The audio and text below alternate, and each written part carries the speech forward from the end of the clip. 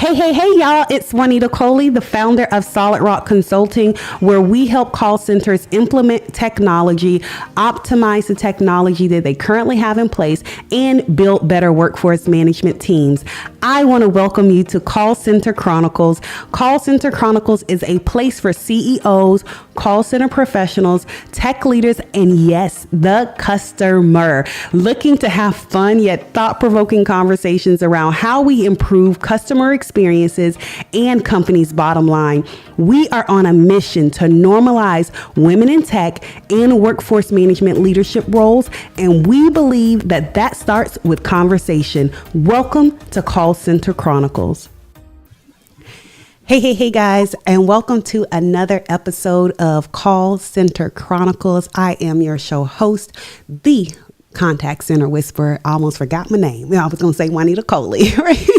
So I am Juanita Coley, but I'm also affectionately known as the Contact Center Whisperer, also the CEO and founder of Solid Rock Consulting. We are a workforce management and call center consulting firm that helps organizations with their workforce management discipline, solution training, and managed services around workforce management. So super excited about this week's episode. You guys know we are all things workforce management, all things employee experience, all things customer experience. And this season 6, has been dedicated to what I call the accelerator factors. And by the accelerator factors, I'm talking about acceleration of your business, acceleration to your culture.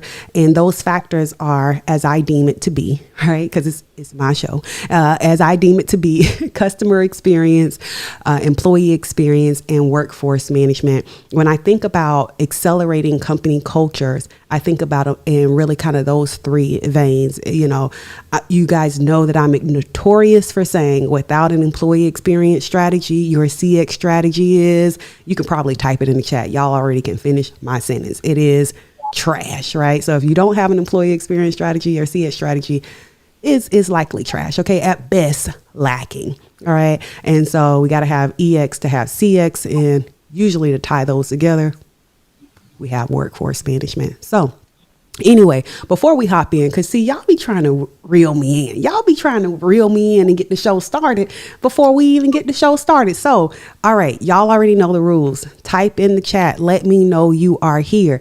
If you're tuning in live, let me know you're here. Let me know if you can hear me okay, you can see me okay. I'm not glitching, none of that stuff. So drop in the chat where you're tuning in from. You know, y'all be coming from near and far in virtual land is everywhere, right? So y'all be coming from, you know, London, Canada, y'all stateside, from everywhere, you know, y'all be showing love, right? So drop in the chat and let me know where you're tuning in live from. Okay. And make sure that if you caught last week's episode, make sure that you let me know that you caught last week's episode. All right. Then, okay, other housekeeping thing that I want to make sure that you know, if you are catching this on replay, if you're catching us on replay, this week's episode on replay, type in the chat #replay. Okay. Why, Juanita? Because I want to make sure that I know that you were here, and I want to make sure that I engage with you. I want to say hello. I want to do all those things and come back and read your comments and your notes, all those different things. I do come back and actually read what you all were saying, because it helps to give me perspective a lot of times. Sometimes when you've been in the industry as long as I've been in the industry, you have a certain perspective on things, and you all always know that I'm always constantly saying that I'm smart enough to know that I know nothing. And so I'm always, what that means for me is that I'm always looking for fresh ideas, fresh perspectives, because I believe that that's how we stay relevant, and that's how we keep evolving and learning. So I said all that to say, drop in the chat #replay or #replay, and drop your comments in as you have them. Okay. So housekeeping out the way. All right. Now announcements. So listen, if you missed that Zoom webinar, okay, happy agents equal happy customers, right? I don't know what to, sorry about your loss. Let's take a moment to grieve. Okay. Sorry about your loss. Okay. But you can catch the replay. Okay, so make sure if you need the replay, type hashtag replay Zoom in the chat, and I'll make sure that you get the replay link, okay, for the Zoom webinar.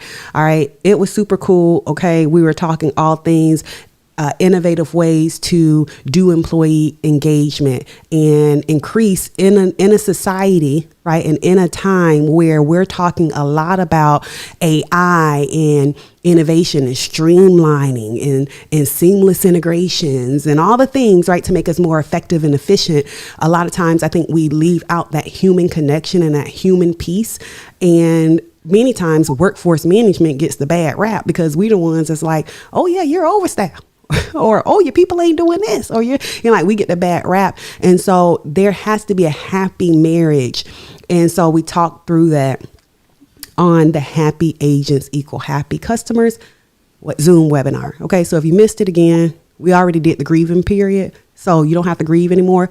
Just put hashtag Zoom replay, and I'll make sure you get it. All right, that's that. So that's if you missed that.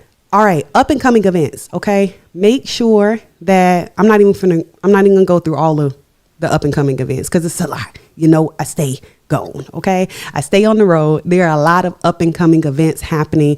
The most recent one, or the one that's coming up the quickest, is going to be, I believe it's Zoomtopia. Okay. However, you can always go to the website to solidrockco.net/events, and you'll see what those events are. Some of them are in person. Some of them are webinars that you can attend for free or engage in some kind of way. So that's that announcement. Make sure that you are checking out those events. If you're like, hey, what city are you going to be in next? Where are you going to be? What are you talking about? Check out the events page because that's where it's likely going to be. All right. And then last announcement, okay, resources. One of my goals and passions around workforce management, contact center, all those different things is to be a resource center. So I'm constantly jotting down my thoughts and jotting down all the things that I've learned, my hands-on experience. I'm not just talking about things that I've heard. I'm talking about things that I've done. And in major organizations like your United Healthcare, your Liberty Medicals, right? Your Walgreens. I'm talking about massive organizations that have had, CX and workforce management. And so I'm always jotting down thoughts and all those different things. And so we are always trying to create resources for people who are in these fields. I'm saying that to say, have a resource section on the website. Tons of free resources. Go to the website, download the resources. Okay. So if you're new in workforce management and you're trying to learn what is the discipline around workforce management, how do I do this thing? How do I install? We call it installing a WFM culture inside of organizations. There's a book on that. An ebook on. I'm gonna get a shirt. Actually, it's gonna say there's a book for that. All right. I actually have one that says there's a system for that. I might get one that says there's a book for that. But anyway, go to the resource section on the site. All right. And make sure that if you are having questions around workforce management, if you have questions around employee experience and how do you bridge that gap between workforce management and operations, that you're getting the resources there. So it's tons of resources and we're always adding resources. So it may not be a resource there today, but if you ask for the resource, 9 times out of 10, we're going to create something so that you have what you need to be effective and efficient. And our goal, make impact. Okay. So those are all of the approved. I feel like I'm in church now. Those are all of the approved announcements. Those are all the approved announcements. Hey, we have an amazing show for you today. I absolutely am super, super excited to welcome our guest on the show today. We're going to get into it. Our guest today is Shantae Williams, none other, than Shantae Williams from the Louis Vuitton, Thank you so much, Shantae, for being on the show with us today. I'm super, super excited to interview you and kind of pick your brain on all the things that is your life and your journey and the discipline and anything else we decide to, discuss. Thank you so much. Yes, no, thank you so much for having me. I am extremely excited to be here. And I told you before, but like I genuinely mean it. I've been a fan of yours for years. I've watched you, and just your energy, everything you've done with your company, you're an inspiration. So I would be remiss if I did not give you your flowers first. So Listen, first of all, you're not gonna come on my show and make me cry. Okay, we're not gonna do that. Okay, Shantae, we gonna keep it up here. Okay, no, I'm just joking. Thank you so much. I appreciate that. It's always an honor. I'm always humble when I receive that feedback because coming from where I came from, I would not have imagined that I would be where I am today. Also, I would not have imagined I would be able to make the impact that I'm making today. However, that is something that is extremely important to me. Purpose over preference. I say that all the time. There are a lot of the things that I do is not because it's my preference. Like I'm a natural introvert. However, here I am today on camera talking and all the things that people would expect from an extrovert. It's not my natural disposition, but it has become what I do because I'm so focused on purpose and impact that many times that means purpose supersedes my preferences. So it's always humbling when I hear that it has made an impact on somebody. So thank you so much. of course. So thank you so much again. Like I wanted to hop in because when I was, again, we've been connected on LinkedIn for quite some time. So, likewise, I've been following your journey and you were on a post or you had commented in the comments or something. I was like, oh yeah, she gonna be the next guest, like jot it down, like, so I was you have inspired me and I'm always pulling from people. So, I think that's what makes the best leaders, people, that can pull from others and pull the best pieces and pull it all together. So I wanted you on the show because of your background in workforce management and just your trajectory. I wanted to learn about that. And I wanted to, have you talk us a little bit through your journey, like your journey in workforce management, your journey in contact center, and like how you got into it and all the things. So I'm going to shut up, ask you this question and let you tell us, all right, today, what was your journey like, Shantae? Like, people don't wake up and be like, oh yeah, I want to be in workforce management. And they definitely don't wake up and be like, I want to be in workforce management for Louis Vuitton. Like, come on now, help me out. Tell me how we got here. Yeah, no. So, it's funny. I did not plan on going down this route, but I'm definitely thankful that I did. I was going to UNT. I was pursuing a business information technology degree. So IT, just like you. So, I knew that IT was kind of the new way of the world. So I wanted to be involved in that. So I was thinking like, cybersecurity, software developer, something around that. And I was actually while going to school, I was working at a collection company. And I was doing help desk. So in IT, I sat in a room full of a whole bunch of IT guys, and the workforce manager for that company sat in the same room. And I always remember him saying a lot of words. I never knew what it was, but it sounded very complicated, and I could tell he was important because he always went to all the important meetings that they had with like the big wigs. So I'm like, what is he doing? I'm like, and I just started asking him questions. And every day I was learning something new. He would show me different applications he was using, and eventually I actually moved into that department.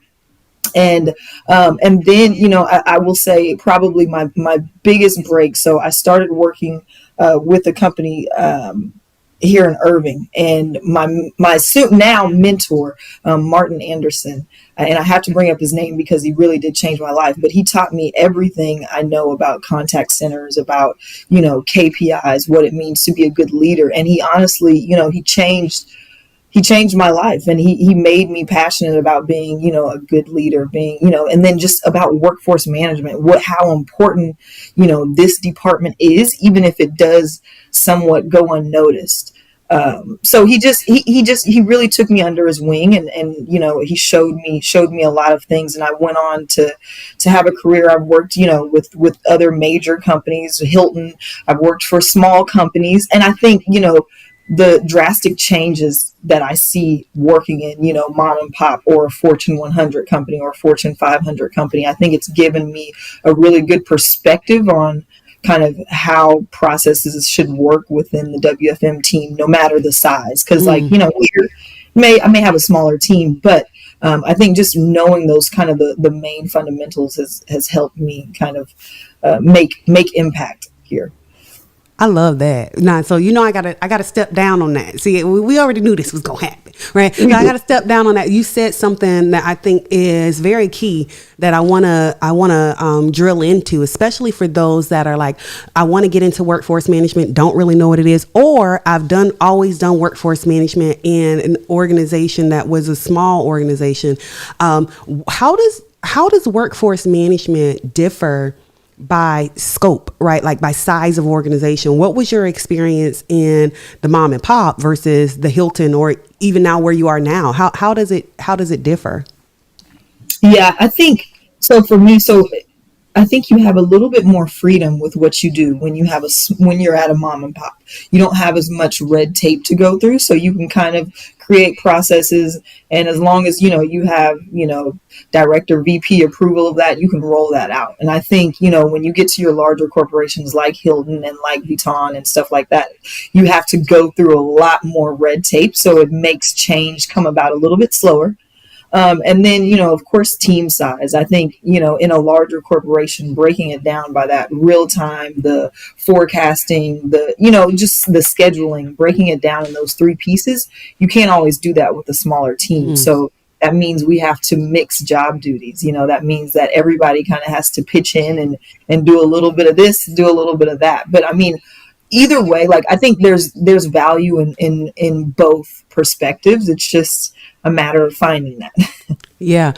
No. And something else that you said that was key is sometimes when you're in smaller organizations or the mom and pops, as you classified them, right? When you're in those types of organizations, you are kind of doing every, kind of role, right? So I think one of the benefits probably to that is that you kind of get a holistic view of like what to do in all of the different roles, as opposed to if you are very focused on just your role in a larger organization, let's call it RTA, then you may not have a viewpoint or a vantage point into the life of a scheduler or the life of forecasting or command center or all the different branches that, like you can grow arms and legs and kind of branch into. You don't have that because it's not as big of an organization. So I think it's pros and cons to both, for sure. So like I want to talk through one of the things that I absolutely love about your experience is working in non-luxury and working in luxury as a workforce manager. Can you tell me how that varies from a workforce management? Like when you put on your workforce manager hat now and you're like, okay, I'm in a luxury brand that has luxury, things. How does workforce management, if at all, change? It definitely does, and I think it was something that I had to learn very quickly joining Vuitton. The biggest thing I think, I've always been taught kind of that KPIs drives my world. KPI that's everything. That gives me kind of the leverage of how far I can go. And with a luxury brand, it's all about client experience. It's all about elevating that client experience. Mm-hmm. So that means if I have a client advisor on a call for 20 minutes, if our clients were happy and they ended the call and they gave us, 5 stars on our survey, then they did a great job on that. And at other places, we may have, hey, you stayed on this call for 20 minutes.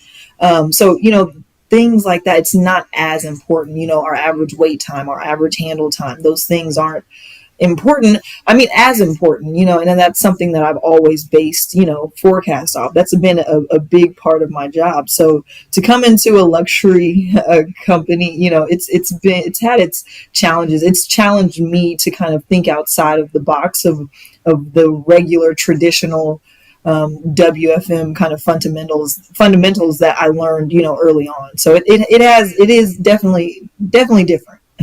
Yeah, I wonder also when we think about like, how do you know that you are and I know you're not on the operations side, but I can only imagine that you work closely with operations, right? How does customer experience vary, and how from a customer experience and an employee experience? Do you treat or have different initiatives for employee experience and luxury brand than you did in non-luxury brand?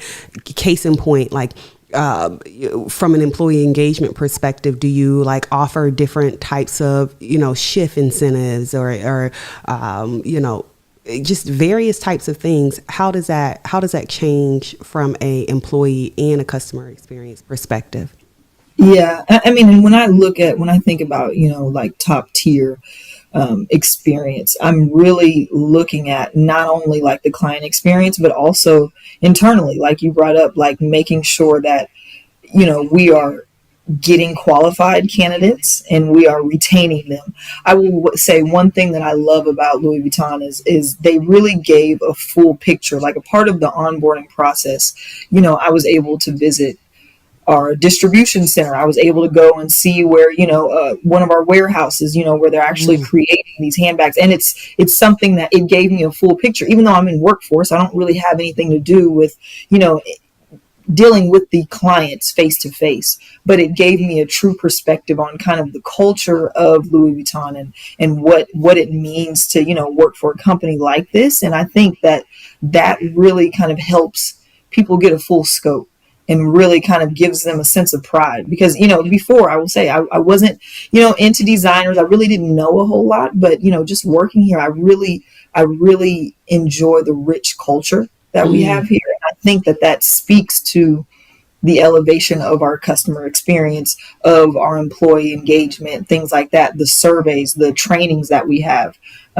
People analytics is something that's starting to become a passion of mine, just because we're in a world where I feel like employers are almost now a little bit at the mercy of their employees. We think about, being in the great resignation that we're in 2021, over 40 million Americans quit their jobs, so the tables have turned. And I think companies are now having to adjust how they're doing things. And I think that's so big. And I think Louis Vuitton has done a wonderful job of kind of getting with that and making sure that they're providing a great experience for not only their customers, but internally as well. Yeah, now you see me over here with the bobblehead, because that is so true, right? It is so true that I'm talking about this all the time, and I've been talking about the future of work and what I'm predicting around gig type scheduling, all those different types of things coming into the play and fold even more as AI and all these different things become more and more prevalent. Because it's not that AI is new. Like, it always kind of make me twitch a little bit when people be like, oh, AI. I'm like, this is not new. Like what, this is not new, but it's been coming more and more into the forefront because it's getting more accessible. It's becoming more accessible. And so I think as it becomes more accessible, then now the expectation from a customer and an employee now rises. So when you think about the employee experience, what are some of the things that you're doing to even be thinking about now when we're thinking about like, okay, employees got more options? Do that make you even think about your workforce tasks differently? Like, or I need to offer I need to get creative with these shifts, or I need to get, does that make you think about your role differently? Even though, again, it is the workforce aspect. Do you think about employee engagement differently? I mean, every single day. I think about it when I sleep at night. No, I mean, because I do care about people, because workforce management, I care about my people. If you don't, you're going to lose them. you're going to lose them. So yes, I have worked really hard. That was one of the biggest things, me coming into this company was figuring out how to be creative with the shifts that we provide, going through shift bids like we're doing right now, making sure that we're providing shifts that accommodate a work-life balance. That's been super important. Even being, having our remote employees, like what kind of incentives are we doing when you do perform well? How are we ranking in our shift bids? How are we handling our rankings? And what's important to, and to your client advisors. So yes, that is something that I think about, especially figuring out ways to kind of be agile with our workforce. So, offering VTO if we want to, hey, listen, our handle rate, our service levels are looking great right now. Let's send some people home. Like I'm big on that. I'm big on that just to kind of give them some type of, incentive, because I work in DFW. So Dallas Fort Worth, we are like the center of all contact centers. Like within the radius of probably 10 miles, there's probably about 200 contact centers around here. So we definitely have to stay competitive. And it's not just because, hey, we're Louis Vuitton, we can do whatever. No, we have to stay competitive with what we're offering our client advisors. Yeah. And I think, the more what is your perception, right? So I'm going to switch gears a little bit. What is your perception? Like one of the things I just recently asked this on LinkedIn on a social post, like people I don't think associate, one, because I don't think they know what workforce management is as just a discipline, because it's not broadcast, right? But people don't generally associate workforce management to the outcomes of employee experience and customer experience. Generally, workforce management is seen as that big brother kind of, sitting over the contact center, telling you, hey, you missed break by 5 minutes, you got to get back on, right? We're generally not seen as loving, caring, like, hey, nurturing type of thing or function. What have been some of, whether it's at Louis Vuitton or it's at anywhere, have you ever connected the dots between how workforce management directly impacts customer experience and employee experience as a workforce manager? Have you ever sat down and thought about, like, this is how it directly impacts those two? I mean, yes, definitely. I think we do have a major impact. So like everything that workforce management does, or at least from like a client advisor perspective, if you look at it, then yes, you will see like, okay, WFM is big brother. They're doing RTA. They're, letting us know if they have OT to offer. They're letting us know, if we're going over on our lunch breaks, things like that. So that's what they see. What they don't see, I think, in workforce management is all of the conversations that we're involved in. And when I tell you that workforce management is involved with everything, I sit with our operational leaders every single day. I'm in all of the meetings that we're having about these big conversations that impact the CA. So, I mean, definitely we have a say-so in that experience. And I think that that's super important. We're looking at the data. So we see, we're looking at people's behaviors and we're making, decisions off of that. So I think we definitely, will, when I'm looking at attrition and I'm forecasting what our attrition is looking at, I'm going through all of our HR files. I'm looking at exit interviews. I want to know why people are leaving. I want to, I'm paying attention to all of that, because at the end of the day, that's going to impact our business. So I think it's maybe something that the CAs don't necessarily see, but in the background, I think we do. We definitely have a persuasive way about, just kind of going about the experience of their world. And I would be interested to hear from the audience here, like, I wonder what the disconnect is. Like, what is the disconnect that people don't generally understand? Because when you ask about workforce management people, generally they fell into that career, right? It wasn't like, oh yeah, I know that this is a career. I want to career path, because it's not something that people generally know about, right? Like you said, you were sitting there like, who is this guy going tall to me and seem important, right? Like, so let me figure this out, right? I wonder what the disconnect is between, which is one of the reasons I do the show, is to really kind of vocalize and normalize, rather, contact center as a whole, but then also workforce management. Like, hey, this is a critical piece that impacts customer experience and employee experience, because so many times people are talking about customer experience, and then they may even drill down and get, employee, yeah, we got to focus on employees. But what they don't generally connect is that workforce management team, or the lack of workforce management culture or discipline, really impacts those conversations, because when we think about workforce management, it's the data that's driving some of these decisions or a lot of these decisions, that if without it, then you kind of just flying blind and just kind of making up things based on emotion, you know? And so I wonder what, I guess my question is, I wonder what that disconnect is. Have you ever thought through that? I wonder, do other workforce management people think like, what's the disconnect and how can I be more involved in operations? Like, Yeah, I have. I actually have thought about that, and I'm like, but I will say, workforce management is not easy, but I think it is a rewarding career, and I don't know exactly why it kind of falls under the radar, which is why I appreciate you so much because you do shed light on it. Um, I'm not sure, but to me, it's something so fun and exciting because, like, I am an extrovert, so I am definitely, a people person, but I also love data. So I don't really, I didn't want to be just, in the basement with all the IT guys just writing code for hours, but I still wanted to deal with data, and I think that this is the perfect mix of that because you are dealing with people, you are dealing with data, you're figuring out a way to tell a story with that data, and to be able to explain it to your higher ups, your team managers, like, so I think it's a really exciting career. It can get complicated, but I think it's a beautiful career, and I really I don't have an answer to that. I don't have an answer of why it falls under the radar. yeah, when you think about, like, if you had to give a piece of advice to somebody who is transitioning careers or they are now looking into workforce management based on what your career has been, your career path, and the things you kind of had to learn or kind of like put the dots together on your own, what would that advice be? Like, what would you tell them?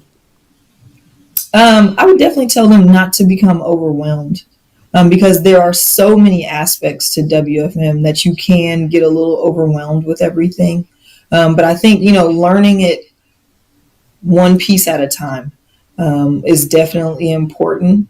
And I think, and I've always, one thing my mentor always told me, he was like, you always, you figure out a way to become an asset. You figure out a Mm, way to just bring something to the table. And you'll never have to worry about job security. You'll never have to worry about monetary things that will come as long as you bring something to the table. So it's add like just value. learning your craft and figuring out the best way to do it and then thinking outside of the box. So just because we've done something the same way for the last 10 years doesn't mean that we have to do it the same way next year. What do you predict, as based on your experience and what you're seeing in the market and things like that? What are you predicting as like what's next for workforce management? Two part, right? As a culture, right? As a discipline, and then also as it relates to the solutions we're seeing. What are you like wishing, like if you had a wish list of like, man, I wish I had this right now that would make my job or my team that much more efficient or effective. What is that wish list? So start with the discipline or the culture, like, first. I want to what do you think the future gonna look like? I think that workforce management will have more light shed on it just because of the environment that we're in. Like I said, with the dynamics changing with employers and employees, I think it's going to become more important, and I think employers are going to realize that. I do believe that, and it is going to have to bring about a workforce culture. I've walked into a contact center where it was like they weren't productive at all, and I'm like, "What is everybody doing?" They're like, "I don't know," but like, oh, that's what happens when you don't have a WFM team. So I think it will become something that's super important. As far as applications, I think a big thing is, like you were mentioning earlier, AI with like some of the robotics. I know, and some of the some applications have already rolled out. Certain, you look at Calabrio and Grant and things like that they've rolled that out. But I think that's going to become more. I think we need more robust notifications when you have breaks coming up, when you have a lunch coming up. I think the forecasting I'm old school. I know about Erlang calculators, like, see, like all of that. I've done it on an Excel worksheet, but I think we've just got to become more robust with the applications, fulfilling those forecasts, with not so much manual input. So that's a few of the things that I can think of off the top of my head. As the role changes, right? Like as we get more and more AI, like you mentioned Grant here a minute ago, as we get more and more AI and things like that, do you foresee the workforce management role going away or changing in any kind of way? I mean, with anything, I think you roll AI into anything, and I think it'll take a less amount of people to do it. So I do think it'll change, but I don't think, you're still there's certain behaviors that a robot just isn't going to be able to detect. There's certain things that, like, I know if I'm looking at something and I'm like, hey, this person has been not responding for this amount of time. Like, there's certain things that I can just put two and two together that, a computer won't be able to do. So I don't think it'll eliminate the department whatsoever. It may minimize. Yeah, I think what I'm predicting is I think that I've actually been saying this for a while. I think that the role actually becomes more and more important, because there's a distinct difference between the discipline of workforce management and the solution that be workforce management. And so I think as we get more AI and as we get more channels, the video and all these different channels that are now being introduced, now you have a different type of forecast to come up with, right? Like back in the day, I was forecasting for phone calls, right? Maybe chat, forecast for phone calls and chat. But then now you have video, you have, back office, email, fax, all these various channels. But not only that, the channel switching seamlessly. So the role of the forecaster becomes, I think, that much more important, because usually when you're forecasting for a channel, like an interaction, you're forecasting for that entire interaction, right? But as we introduce things like AI that can take part of that interaction, say, for example, they start off on your website and you're chatting with a bot, not a person, right? Mm-hmm. That is a part of the interaction. But now you want to be transferred to a live person. Well, it's not a 1-for-1.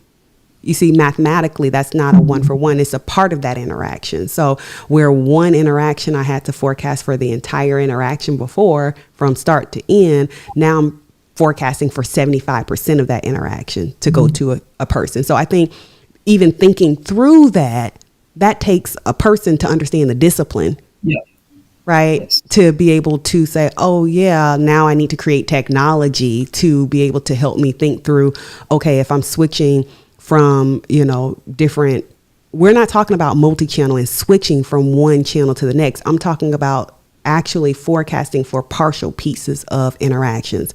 So then when we think about that, also then we have to think about it from a scheduling perspective, as well as also how we manage from a intraday perspective. So I think that workforce management is going to become just that much more important, because AI is becoming so much more ingrained into our culture and what we're expecting. We got to treat AI almost just like a human being. It's a part of our staff that we got to now forecast for. Yeah. I didn't even actually think about it like that, but you are so totally right. And it actually, it complicates things a little bit on even a deeper level, but you're absolutely correct. Yeah. And so I'm like, whoo, I don't even know. I know you kind of stressed me out a little bit. Yeah. I was thinking about that again. I'm always thinking about workforce and call center. And I was literally thinking about, I know people have started thinking about, okay, we got multiple channels, right? And we got to be able to forecast for, okay, somebody started off talking to a live person on chat, and then now they moved over to, a phone call. Okay, well, we're forecasting for that channel. We're forecasting FT and headcount for that channel. But what happens when part of the interaction is being handled by IVA or, like a bot? That's completely different. Yeah, and this is where it's going to become such a big deal for our reporting is going to have to be A1. Like Yeah. it's all gonna come down to reporting, and we're gonna need detailed reports on, hey, how much time did AI spend on this interaction? First of all, what's the total interaction? How much of that, what percentage did AI take? What percentage was phone? And so now we've got to, you know, so yeah, it's just everyone is gonna have to step up. It's Yeah. going to be a step up on the applications, on our side, on the WFM side. Like it's going to require a step up. Yeah. And again, I think that's where, again, I can go down this vein forever because my brain just be like, man, this is going to be cool. This is going to be something, again, it's uncharted territory, but I think that it's territory that is going to be charted because, again, AI is becoming such a focal point of customer interactions and customer experience and employee experience. But then also somebody got to be around. Somebody got to figure it out, Okay. All right. Anyway, I told you I'll talk to you about that for forever. What's next? Right. Like, I know we're coming down to the bottom of our time and we didn't even get to a fraction of these questions, but like what do you think is next? What are you excited about in the world of customer experience, employee experience, WFM? What are you excited about next? Yeah, I mean, and like I was telling you, I'm excited about more people analytics. I'm excited about getting involved in that. I've already started having those conversations with my director, and with the HR department. So I mean, that's kind of the next step, I think, with just really digging into what are our clients wanting, what are our employees wanting, digging more into that. I think that's kind of the next step for me. I mean, getting ready, and then of course, just being more for my team. I think just being proactive about everything that we have going on with, as far as even looking at the economy, looking at the drops that we have, the different releases that we have, kind of being in front of that. Yeah. And making sure that we kind of have all of the right people with letting us know when those things are happening. So there's some things that I'm excited about kind of coming down the pipeline, hopefully in the next quarter or so. But yeah. Yeah, I'm super excited too about, and I can only imagine for you guys, like how important data is, understanding around drops, new products, all the different things. Those are probably your highest call volumes, your highest times that you're receiving. And then on top of that, being a luxury brand, like you're striving to be here all the time. Like you can't miss. Like, cause that's the brand. The brand is luxury, so I can only imagine what that looks like inside of. I already told you I need to get a tour. I need to get a tour, get a bag, or a combination of the both. Combination of both.